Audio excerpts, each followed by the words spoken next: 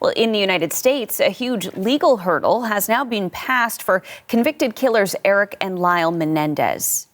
I believe that they have paid their debt to society.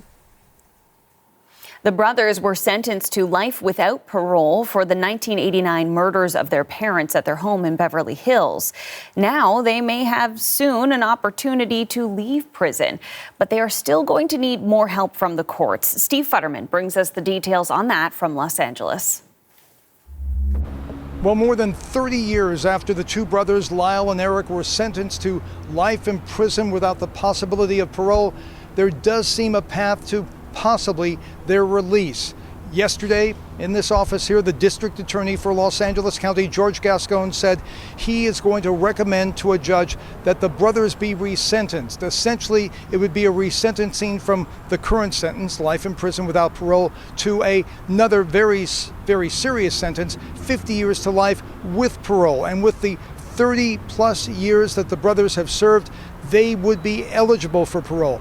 Again, it's not a final decision. First, it has to go to a judge across the street at the criminal courts building. If he approves the resentencing, the brothers would then have to go before a parole board. But this is at least a start. Gascon explained some of his reasoning yesterday.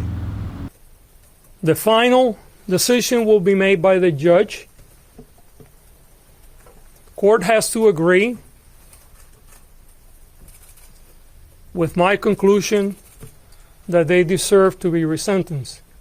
Now, this has been an ongoing battle. There have been supporters of the brothers who, for the 30 years they've been in prison, have always been saying that the brothers were sexually abused by their father, Jose, and that they really should never have been sentenced. But there's been a growing chorus of people saying that they also agree with that in the last year or so. Some of that's because of a Netflix documentary. There was another docudrama. There have been TikTok posts, and also some new evidence has come about in the last year or so.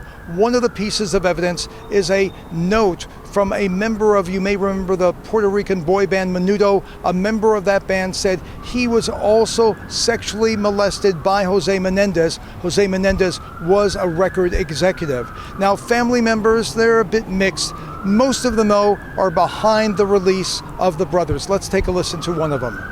If Lyle and Erik's case were heard today, with the understanding we now have about abuse and PTSD, there is no doubt in my mind that their sentencing would have been very different. Now, we should point out once again that this is not a unanimous opinion, that there are some members of the Menendez family who feel quite strongly that the brothers should not be released, that they should serve the rest of their lives in prison. They believe that the brothers did this out of greed, that they wanted their parents' money. But the way things are moving right now, there does seem to be a strong possibility that will change. Today, the filing will take place across the street, then a hearing probably next month.